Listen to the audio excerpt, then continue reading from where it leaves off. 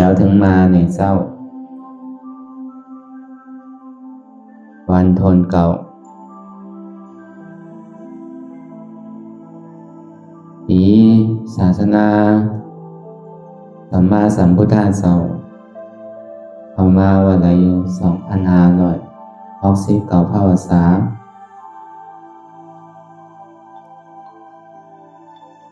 ปีลายสง่าจุฬาสักราปาจุฬาสักราจาวในปัน388 ตัว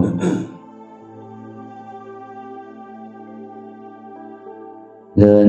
แจ๊ดเรียมมาวันอายุ5 ค่ำปีขีดสกัดวันที่6เดือนเมษปี2026ในปางสร้างตือคำปฏิวัติอนัตตาวิปัสสนาภาวนาอาหารยอดธรรมอนัตตาปอกกรรมทวน2ปีวัดประธาน2หนักวานแก่นวันดอมเมืองลังหน้ากรเมืองเชียงตุงนี่ก็เป็นเวลากลางในเช้า4 โมงต่อถึง6 โมงนี่ก็ขอเจริญสุขเจริญธรรมจงมีแก่นักปฏิวัติธรรมตั้งหลายเดชภิกษุสังฆสามเณรโสปสิกาที่ได้มาบรรยายธรรมะเพื่อการปฏิบัติ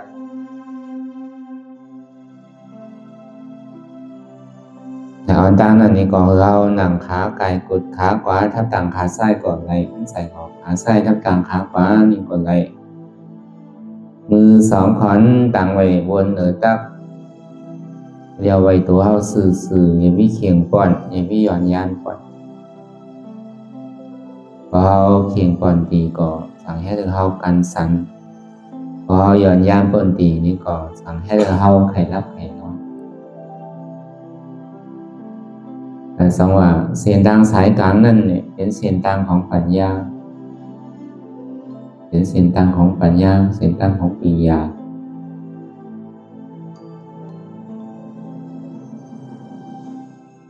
รับหูเนอเปิดหูญาณปัญญารับตาเนอเปิดตาญาณปัญญาพิจารณาดูอันไหนที่มันพูดพอเกิดเป็นเปลี่ยนมานั่นก็เราพอหมอวางเป็นอนัตตาเลยก็เบอร์อันมันพูดพอมาหลายเสื้อหลายหล่องน่ะมันมีอัตตาเป็นอัตตาหนอกก็ดีอัตตาในก็ดี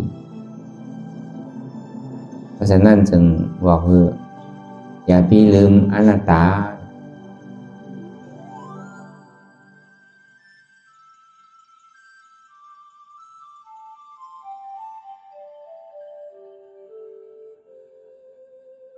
เมื่อเขา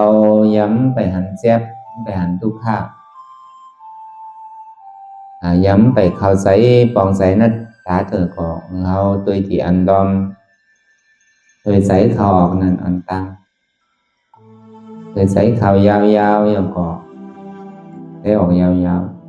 หายใจเขายาวอย่างก่อหายใจออกยาวหายใจเขาลึกก่อหายใจออกลึกเขานี่ก่อเราพิจารณาว่าเกิดออกนี่ก่อเราพิจารณาว่าตายฟองนี่ก่อเราพิจารณาว่าเกิดเปรียบนี่ก่อเราพิจารณาว่าตาย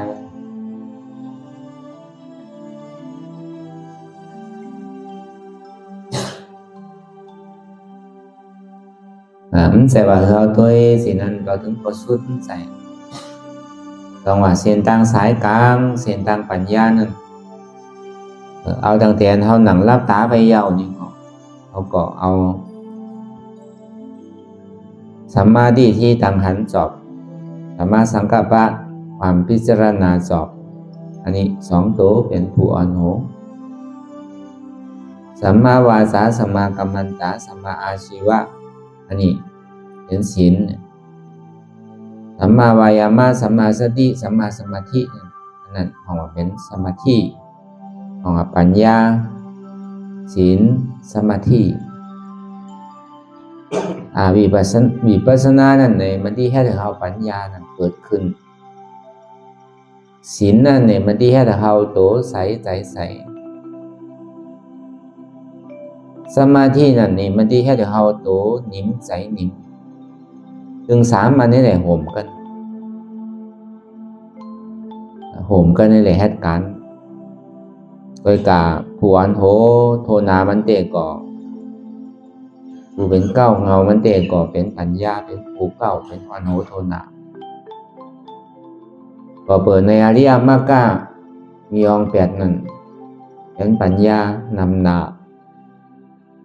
จังหวะอันใดอันเฮาปฏิบัตินี่มันเป็นปัญญานำหน้าศีลทีเดียวพอเขาหันอันหมานเตะหันจอบเตะพิจารณาสอบเตะก็จังหวะศีลนี่มันก็เป็นออโตเมติกเป็นอัตโนมัติของมัน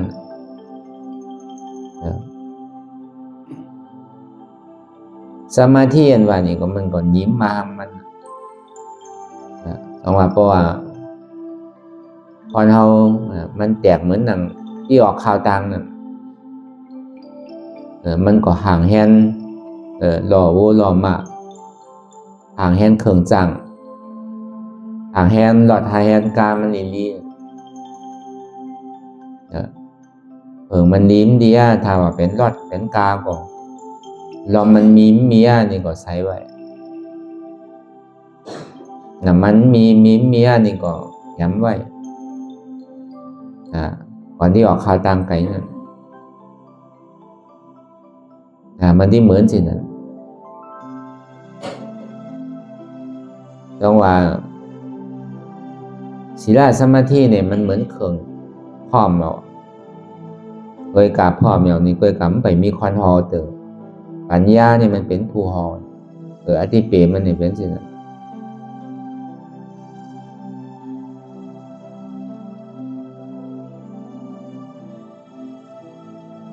แต่จังหวะมันเป็นงานปัญญาเนี่ยมันเป็นงานวิปัสสนานี่มันเป็นงานปัญญาอันเท่าถูกที่หันเตียนมันเป็นอายุสนะที่มันของว่าหันที่มันเป็นอันจอบเตียนมันมีเตะเป็นเตะของว่าจอบเดี๋ยวก็พิจารณาเตียนมันจอบของว่าเตียนมันใจเตะเป็นเตะนั่นคือเขาพิจารณาคือมันถูกตีจังหวะตั้งเตียนเขาหันอยู่เดะเตียนเขาพิจารณาอยู่นั่นคือมันสม่ำเสมอกันไปบอกเขาพิจารณา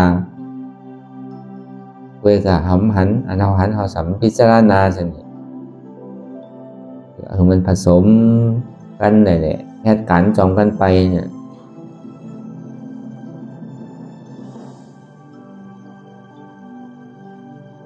จังหวะพอเขาหนังรับตาไปยาวนี่ก็คือมันมีการเหตุคำเดียว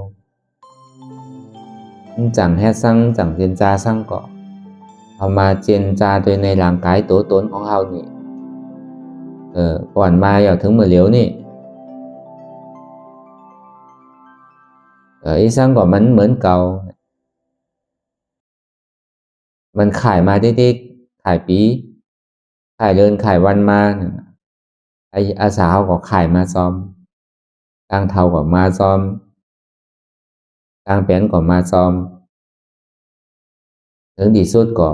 กลางตายถึงมาน่ะตั้งหน้าเพราะฉะนั้นในเวลาของเรานี่มันปนน้ำจังหวะข้าวยามเตียนมันมีกาขันมันมีเวลาเตียนเราถูกที่หิมเนียนไว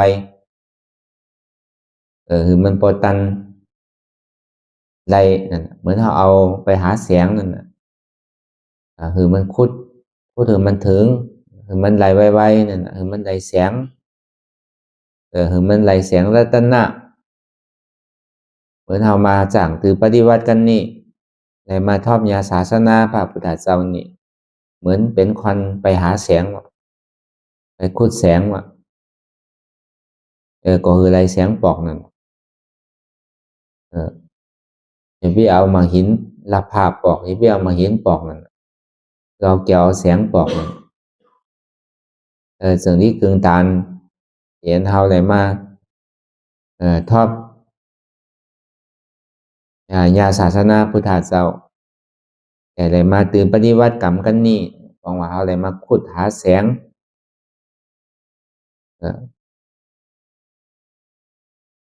ก็คือมันบ่ไหลแสงนั่นน่ะมันจะที่กึ่งตานเฮาขุด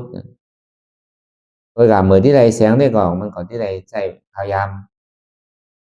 ที่ไหลใช้ต่างออดต่างออดต่างกันทีมไหลโกนั่นน่ะที่ไหลหาราทันหานี่แหละขุดหาเอาติดๆกัน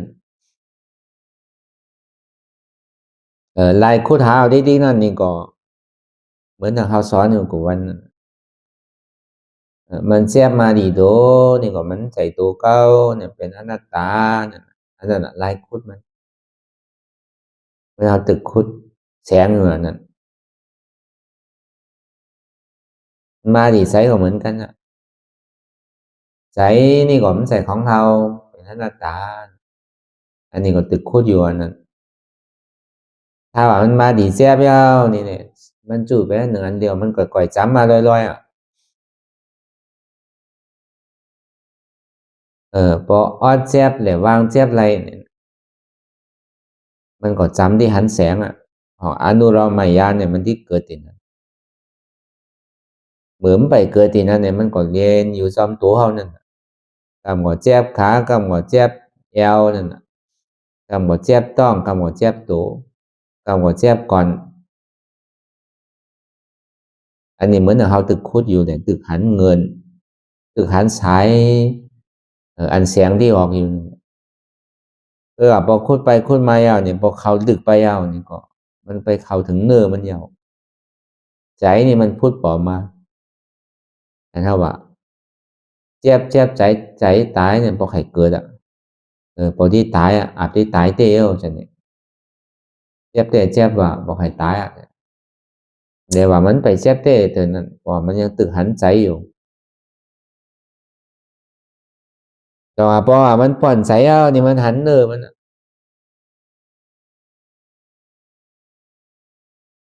แต่นี่พอคุดไปคุดมาเนี่ยตัวก็หายไปใจก็หายไปเวลามันมาดีเจ็บเนี่ยถึงตัวถึงใจมันมาจู่ทีนี้เสียงอันเนี้ยมันถึงร่อนถึงแกนมันอ่ะเออเพราะว่าจุนแหลวางเจ็บตัวนี้ไรนี่ก็เป็นห้องว่ามันจำหมากมันจำอนุโลมนะอนุโลมมันว่านั่นมันรวมขันธ์ต่างหากทั้งหมดต่างเสียงเนี่ยเป็นอนุโลมคือเว้นอันหนึ่งอันเดียวไว้ก็วางแปดอ่ะอันเนี้ยมันเป็นตอนตาที่คุดเนี่ยคือไรแสงกำเดียวเพราะฉะนั้นพอแค่สิ่งนี้ไปที่คุดไปสิ่งนี้ที่แต่ก็อันหันเงินมันมีหันเนอมันมีอย่ากลมหันร้อนมันเนี่ยมันมีใดมันถึงมีมันถึงแปลนไรนั่นมันมีที่เฮาคัดใสโดซานั่นมันก็ถึงที่ไรมันพอเฮาเจียวคุดเจียววางไหลเจียวแค่อยู่ที่นี่ก็มันก็เจียวถึงนั่นน่ะมันมีที่เฮามีทางคัดใสมีทางออดเยินกันไหลมันจะที่ไหลมานั่นน่ะแสงน่ะเพราะฉะนั้นสิ่งที่เฮามาพิจารณาดูในร่างกายเดี๋ยวมันติดจับกับเฮาไว้อยู่นั่นจังหวะอันที่ลมถอยใจเนี่ยมันก็ติดจับกับเฮาไว้อยู่มันเข้าออกติดๆกันน่ะจังหวะมันเป็นปริยายนั่นน่ะมันเป็นลายที่คือเฮาปองใสหนังหือเลยเฮาปอที่วางเลยเตียนมันติดจับกับเฮาเตียนเฮาอยู่มาเป็นตัวของเฮาเพราะฉะนั้นจึงอธิบายคือตัวนี้มันใจของเฮาเนอเนี่ยเวกามันใจของเฮานี่ก็เฮาก็ที่ใดใจที่ใดตือกรรมมันนี่แหละสืบข่าวตังสืบไปจอมเสียนตังไปผมมีมันก็สำได้ โดยการมันเป็นเครื่องที่แค่ถือเฮาโดขี่ไปนั่นน่ะพอเป็นเมียวอันพายนี่ก็มันเหมือนเฮอมันเหมือนเปเลยเฮาโดได้เอาใจมันพายไปโดยการมันใจของเฮาเตะโดยการเฮาสำที่ได้ใจมันได้พายไปทางฝั่งปุ่นจังหวะมันมีอะไรอย่างมันมีเครื่องตาที่แค่ถือเฮาขี่เฮาก็รู้ใจคือมันเป็นพโยชนะที่มันเป็นนำตอนพรดีหรือว่าเป็นพโยชนะอันดีที่สุดเฮารู้ใจมันไปหนทางที่อันดีที่สุดหนทางที่มันดีที่สุดนี่มันโดไปอันดีแข็งโดไปผมใจมันที่เสียเขาเสียของเนี่ยมันที่เสียลางหลอกลายอันเท่าไรมาตัวนี่ปองเท่าไรลางมาก็ใจมันเป็นพโยชนะก็คือมันเป็นเส้นทางเตียนเฮาที่ไปเนี่ยคือมันดีที่สุดเมียดดีที่สุดประเสริฐที่สุดนั่นแหละปัญหาจึงนี้กึ่งทานว่าอันเท่าไรมาเป็นมนุษย์เนี่ยจึงนี้กึ่งทานจึงนี้ว่าเข้าใจเดียมันมีประโยชน์ชนะเด็ดๆก็เพื่อว่ามันมีกามีขันอย่างเหมือนเขายังตึงมีลัคนา32เต็มทน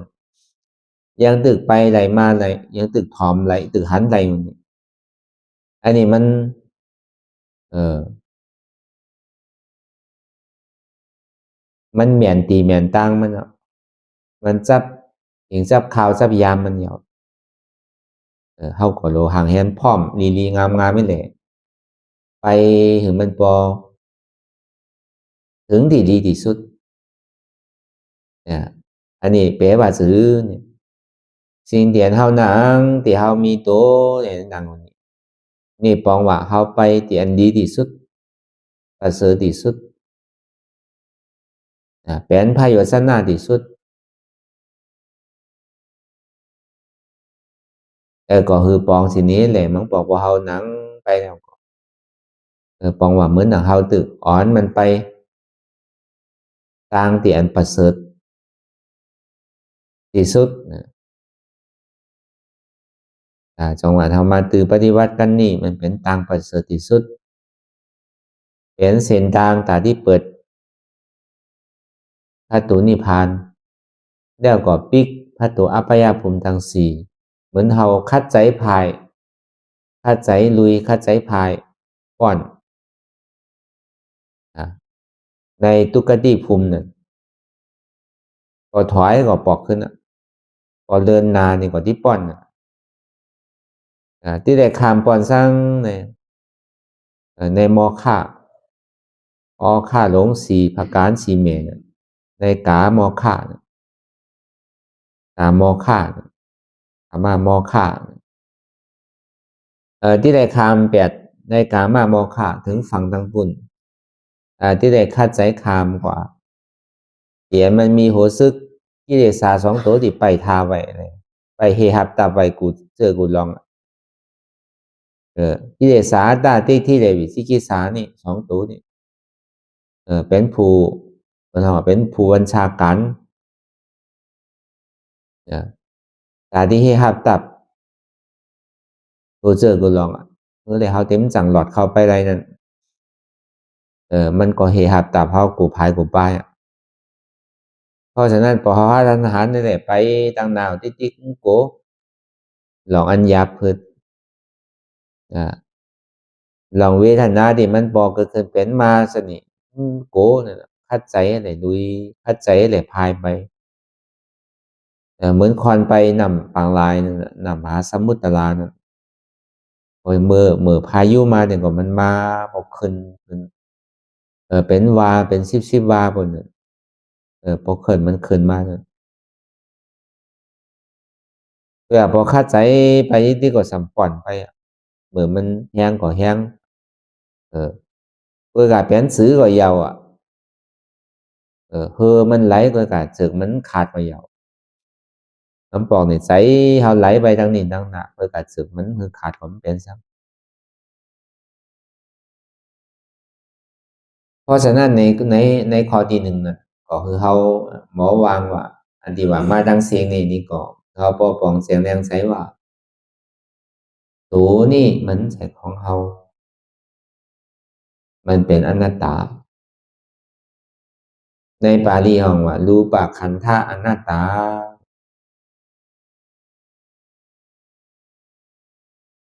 พอแม้นสินั้นนี่ก็เฮาก็ทิมหักโตโกตายป้อนเหียนเฮาหักโตโกตายนี่ก็เปิดเฮาอยู่มาเป็นโตเฮาใจเฮาเพราะฉะนั้นพอเฮาฮู้ดองเตเอาว่ามันใจของเฮาเตรู้นี่เว้ยกามันสำเป็นพระโยชนะตาเฮาอยู่พอเฮาเอาหมอใจมันก็อ๋อนมันเฮ็ดตังลีก็ที่ไหลลีอ๋อนเฮ็ดตังแม่นที่ไหลแม่นอ๋อนมันไปตังผ้าเสิร์ชนี่ก็เฮาก็ที่ไหลเออเส้นทางที่อันมันลีที่ได้เป็นพระโยชนะต่อตัวเจ้าเก่าของในเดียนเฮาจนภาวะเนี่ยมันใจของเฮาเฮาก็ที่คาดใจเสียวถึงอีกหนึ่งอันพอมันเป็นของเฮาเนี่ยเฮาก็กลัวมันเป็นไตเป็นเนื้อกลัวมันรู้มันก้อยมันกลมันปังมันบ่ให้ฮัดใจมันนั่นน่ะเสียลายมันบ่ให้ใจมันเวลาเมียวเฮาเพิ่นคือเอามาใจนั่นเนาะเหมือนเมียวเป็นข้าวเป็นของนั่นน่ะเพิ่นคือใจ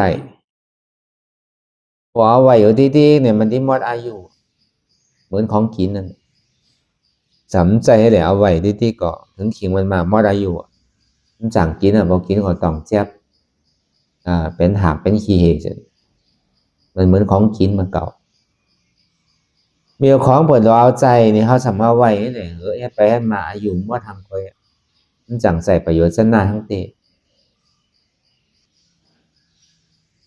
เพราะฉะนั้นก็อย่าไปหือตันอายุมันเชงมันจังใจอะไรหรือมันเป็นเขิงแต่ที่แค่ถือเข้าใจนี่ก็เข้าโดใจที่ติใจมันเดินทางไปในทางประเสริฐที่มันเป็นประโยชน์ชนะร่างกายเขานี่ก็เหมือนกันเปรียบเทียบเขาก็อ้อนมันเฮ็ดเส้นทางที่ประเสริฐอันเขาเฮ็ดอยู่มือเดียวอย่าไปกลัวมันที่ยอมไป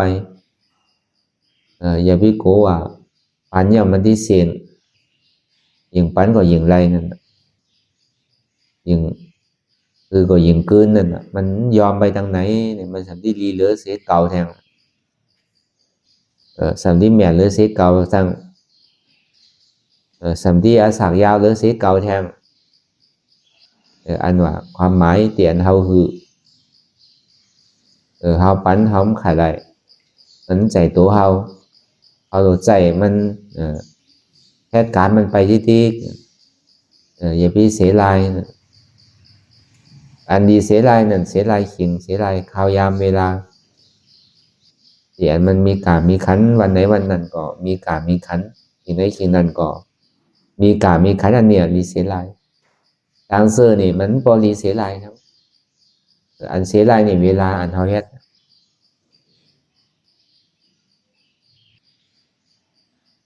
จังหวะตัวนี้หัวใจของเฮามันเป็นอนัตตา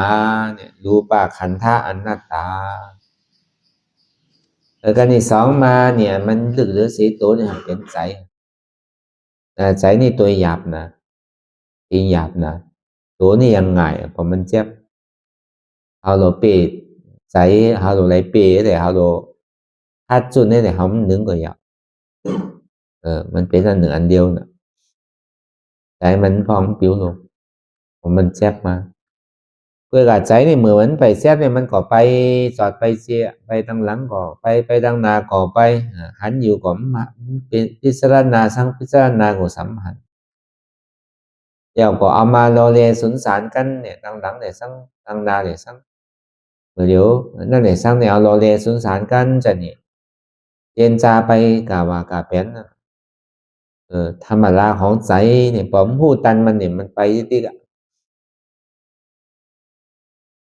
với cảพอหูตันมันยาวนี่ก็ถามมันที่ไปไวมันก็นานไปการที่ไปน้ำก็ไปเก๋เออพอเขาหูตันมันผมหูตันมันเนี่ยเอามันว่าเนี่ยก็เหมือนผุนว่ะพอที่เอาใจว่าเนี่ยเหมือนผุนพอหลอดกาไปเดี๋ยวสร้างทีนี่พอไปยาผุนของมันผิวมันพองมันจังหนับมันอะไรมันน้ำหนาวะพอเอาผุนว่าที่นับเป็นหนึ่งเป็นสองเนี่ยมันง่ายๆเพราะฉะนั้นพอใจว่าเนี่ยเหมือนหนังผุนเดี๋ยวมันพองหนับขับไหลว่ะ เพราะฉะนั้นหัวอันตันซอมที่อันใช้มันเป็นอยู่มันวนเจนจาตั้งหลังก่อนดีตั้งหน้าก่อนดีอันหยุมเจนจาก่อนดีเจนจาอยู่ในมันหันก่อนดีใจนี่ก็เปิดสร้างเนี่ยมันเป็นสิ่งนี้ก็เปิดใจนี่มันใส่ของเขาอันรายการแฮดมันน่ะnóแฮดเสร็จแต่ว่ามันมาดีโตนี่ก็เขาว่างว่าใส่โตมาดีใจนี่ก็ว่างว่ามันใส่ใจใจนี่มันใส่เก้าอนัตตาวิญญาณขันธ์ธาตุอนัตตา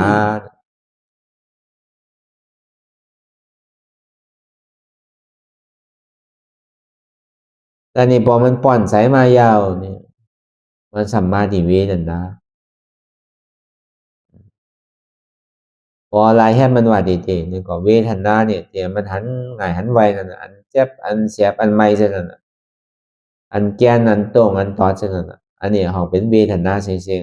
ๆอันเจ็บแกนโต้งตอดเนตรสารสันไหวความไตไม่กัดอ่อนแข็งสู้ตุ่มจับยายซึมหยอดเกิดรับสนิท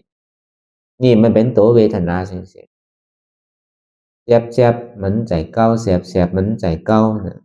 เน็ตสานก่อนคืนเหมยแกนมันใจเก้ามันเป็นอนัตตาพออะไรให้มันว่าเดี๋ยวก็เจ็บนี่ก็มันใจเก้าอนัตตา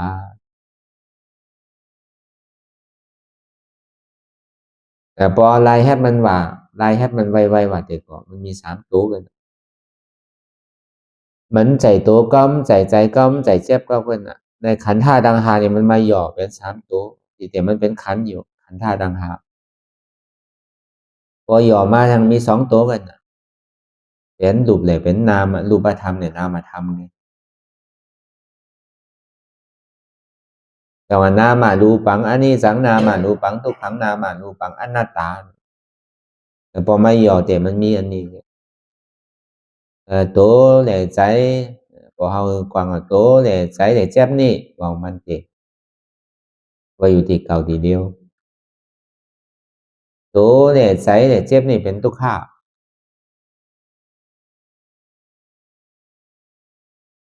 ทุกข้าเดียวมันเกิดขึ้นดีโตดีใช้ดีเจ็บนั่นว่าอะไรเป็นอนัตตาอาสามมีหลอนมีแก่นมีสารทั้งอาสารมัน chồng bà họ đi bay với giáp cấp mà biển tụ câu ở biển chạy câu ở biển chép câu ở câu lửa ao lửa chạy là nó chép là nó khán chạy là nó không thể khám lại luôn anh nàyจะพี่ถึงมันมีจังหวะในระยะเวลา2 ชั่วโมงนี่เขาก็พึ่งตัวดีๆตั้งแต่เขายามหันพิษหันว่ามีโหมีขามีมือมีตัวมีใจมีเจ็บเขาก็สำคัญเอาตั้งหันอันจอบตั้งหันอันแมบมันเมียนของว่าสัมมาทิฏฐิ โอ้มีขามีมือมีโตมีใจมีแจ๊บเอาอันนี้เข้าไปเหตุการณ์จอมอันเตียนเฮาอยู่ว่ามันมีเออมีหูมีมือมีขามีโตมีใจมีแจ๊บก็มีหูก็มีขาก็มีมือก็มีโตก็มีใจก็มีแจ๊บมีหูก็มีขาก็มีมือก็มีโตก็มีใจก็มีแจ๊บก็เป็นหูก็เป็นขาก็เป็นมือก็เป็นโตก็เป็นใจก็เป็นแจ๊บเป็นหูก็ขาก็มือก็โตก็ใจก็แจ๊บอันนี้ต่างหันพิษต่างหันจอบ ก็ตังหันพี่ตังหันจอบพูดบอกมานี่ก็ตังหันอันจอบนะของว่าสัมมาทิฏฐิมีหูมีขามีมือมีตัวมีใจมีเจ็บก็มีหูก็มีขาก็มีมือก็มีตัวก็มีใจก็มีเจ็บ มันเปลี่ยนหูมันเปลี่ยนขาเปลี่ยนมือเปลี่ยนตัวเปลี่ยนใจเปลี่ยนแซ่บก็เปลี่ยนหูก็เปลี่ยนขาก็เปลี่ยนมือก็เปลี่ยนตัวก็เปลี่ยนใจก็เปลี่ยนแซ่บนี่เขาว่าสมาธิที่ไปเหตุการณ์ซ้อมที่อันมันตังมีตังหันพิษหันจอบเอาสมาธิที่เข้าไปเหตุการณ์ก็นี่สามารถสังกัปปะเนี่ยมิสาสังกัปปะมิสาสังกัปปะเนี่ยพิจารณาจบลองตังเทียบตัดมันจบลองตังอันมันสอชนเนี่ยมันเทียบตัดนั่นเนี่ยมันจบเนี่ยมันจบจือก็เปิดหันพิษไว้เอาเดี๋ยวมันก่อสอชนคือเฮาพิจารณาพิษเลยคือเฮาหนึ่งคือเฮาตรงคือเฮาไข่คือเฮาใหญ่คือเฮาเปิดตามื่นตาคือเฮามองขิงมองขาวมองยาวอันนี้ปองว่าตังพิจารณานี่มันจบยาวตังเฮ็ดนี่มันจบอ่ะมันใจเอาแต่ในหนังสือเนี่ยมันที่ใส่มันที่จอบนั่นนี่ก็เอาสามารถสังกัปปะวนกอกออกหนึ่งพื้นตรงไข่มันไหลมันเปิดตามื่นตามองขิงมองขาวมองยาวเป็นคือก็ยาว2 ชั่วโมงนี่คือมันไหลเปิดพื้นก็ก้มพื้นเปิดหนึ่งก็หนึ่งเปิดค่ายก็ไข่เปิดก็เป็นคอนก็เป็นคอนเปิดก็มีเหมือนเก้าอ่ะมีขา2 ขอนมือ2 ขอนหู1 ปอดตัว1 ปอดมีเหมือนกันเกิดเหตุอะไรก็เหตุอะไรไหวใจจิตในกรรมไหวใจฮัดจิตในกรรมพอเป็นสิ่งนี้ที่เดียวนี่เด็กก่อนมันขาดมันต้องเนี่ยมันเป็นไหนที่ขาดที่ต้องวันหนึ่งกว่าวันพอเอาไก่เฮ็ดไก่ล่างไก่ปอดไก่สุกไก่สีอยู่ก่อมันคำอะไรนะที่เรียดันวันนั้นวันหนึ่งก้อยวันหนึ่งเมื่อกาเมื่อวันที่ก้อยนี่ก่อนเขาก่อนที่ได้ใจคึงยิงเลือเสียถาดินนำลมไฟนี่เผาที่นี่กันที่เดสาน่ะมันจะนี่เป็นอะไรแต่ว่าคำเต็มกูภัยนั่นน่ะพอมันเป็นคำแจดนี่ก่อนมันเผาที่ก็อันแจดมันที่ออกมาที่อันมันแก้มันปลอมที่อันเปิดรอกันนั่นน่ะมันที่หายไปก่อนที่ได้ปึงถาดินนำลมไฟนั่นน่ะเผาที่แต่ว่าโลมแหงไฟลูกดินแคมนำแหงโลมแหงไฟลูกเขาซุกน้ำแหงเหมือนเอาหุงเขาส่วนไฟมันดุพอนำแหงของเขาก็ซุกอ่ะมันเหมือนสินั่นน่ะการจันทำหนังทลาจ้างหรือปฏิวัติกันตาเขาที่ไว้วางตัววางใสอะไรน่ะก่อนที่ได้ปึงเผายาวเผาแทงแล้วก็เบิกเคิงอีทั้งก็ยาวอ่ะแต่มันที่เผากิเลสอะไรเนี่ยมันเผาไหลปอมมีเคิงสามารถที่สามารถสังกัปปะนี่มันจังเผาไหลเพราะฉะนั้นนี่ก็ทำมีนี่ก็เราพอหันทำใส่นี่ก็เราพอหู้ทำมีหันสั่งหันตุกข่าทำใส่หูสั่งหูวัดตุกข่านี่เป็นอนัตตาทำมีหันสั่งหันแจ๊บทำใส่หูวัดแจ๊บนี่เป็นอนัตตาทำมีหันหวานใส่หัวก้มใส่ขาก้มใส่มือก้มใส่ตัวก้มใส่ใจก้มใส่แจ๊บก้มทำใจหัวมันเป็นอนัตตาทำมีหันเจ็บแกนโต้งตอดเนตรสานสันไว้ความไก่ไม่กัดอ่อนแข็งสู้ตุ่มซับยายจึงหยอดเปลี่ยนทำใจหัวเจ็บแกนโต้งตอดเนตรสานสันไว้ความไก่ไม่กัดอ่อนแข็งสู้ตุ่มซับยายจึงหยอดนี่เป็นอนัตตานี่ก็วนเจนจายาวๆข้าวยามหึงอย่าพิว่าไว้ป้อนตีอย่าพิว่าเทิงป้อนตีเตียนเฮาหันเนี่ยสร้างเตียนเฮาวนเจนจานั่นเนี่ยสร้างหือมันพอเปลี่ยนเปลี่ยนกันไปวนเจนจาต่อถึงเจ็บนั่นสุดวนเจนจาต่อถึงตุกขานั่นสุดตัดต่อถึงอัตตานั่นพอตกพูดขาดไปอันไหนที่อันมันพูดพอเกิดขึ้นเป็นมานั่นนี่ก็คือเฮาพอหมอวนวางเป็นอนัตตาไหล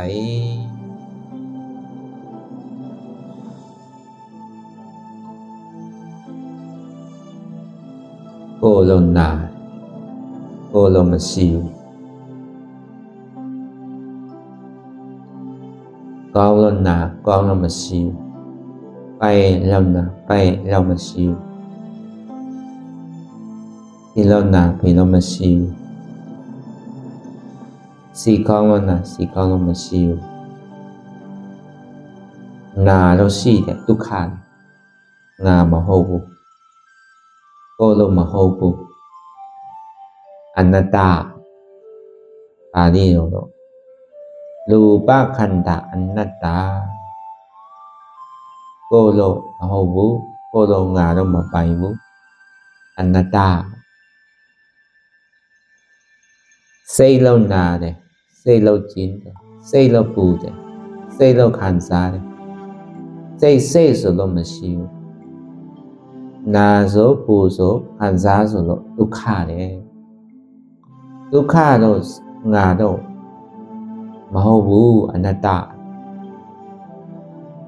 စိတ်လုံးငါတော့မပိုင်ဘူးအနတ္တပါဠိဆိုတော့ဝိညာဏခန္ဓာအနတ္တငါแล้วနာတယ်ငါแล้วကျင်းတယ်ငါแล้วပူတယ်ငါแล้วစိမ့်ရစ်တယ်ငါဆိုလို့မဟုတ်ဘူးနာဆိုကျင်းဆိုစိမ့်ရစ်ဆိုလို့ဒုက္ခတယ်ဒုက္ခဆိုလို့ငါတော့မပိုင်ဘူးငါဆိုလို့မရှိဘူးရှိဆိုလို့ဒုက္ခတော့မရှိဘူးငါရှိဆိုလို့ဒုက္ခတော့မရှိဘူးဝေဒနာနခန္ဓာအနတ္တ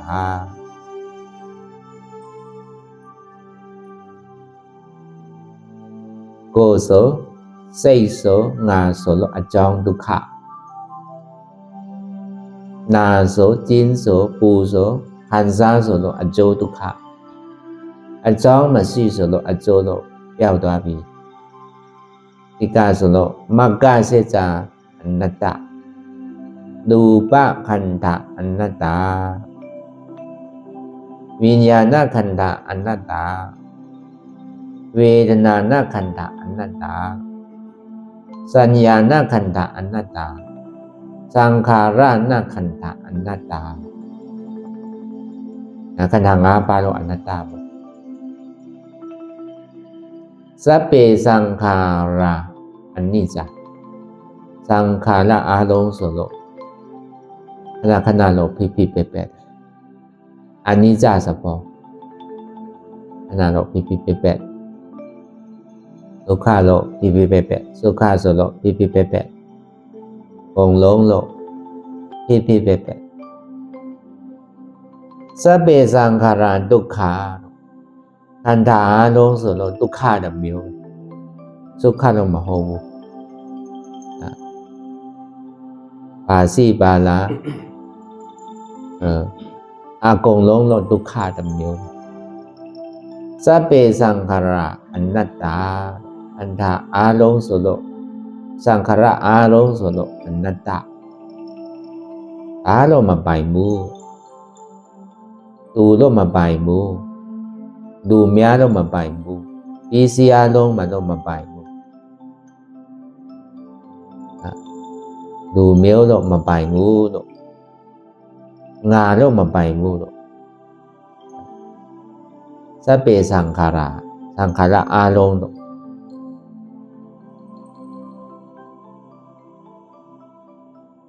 စัพเพသံခါရအနတ္တ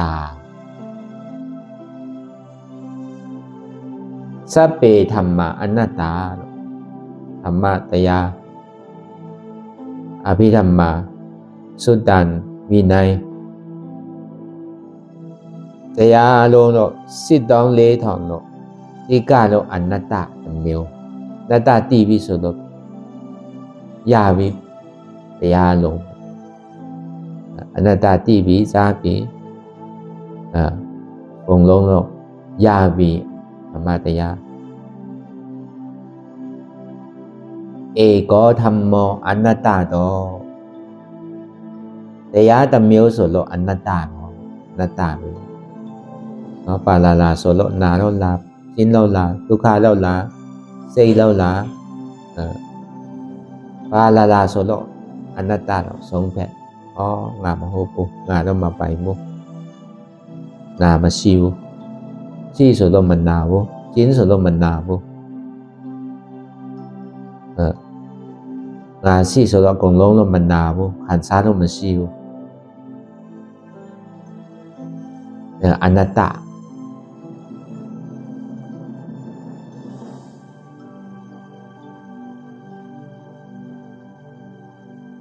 ယောဂဝိညာဉ်ဝေဒနာ ငါမဟုတ်ဘူးย่อๆဆိုတော့ကိုယ်မရှိယုတ်စိတ်မရှိวิญญาณငါမရှိဝေဒနာယုတ်วิญญาณဝေဒနာငါမဟုတ်ဘူးအနတ္တ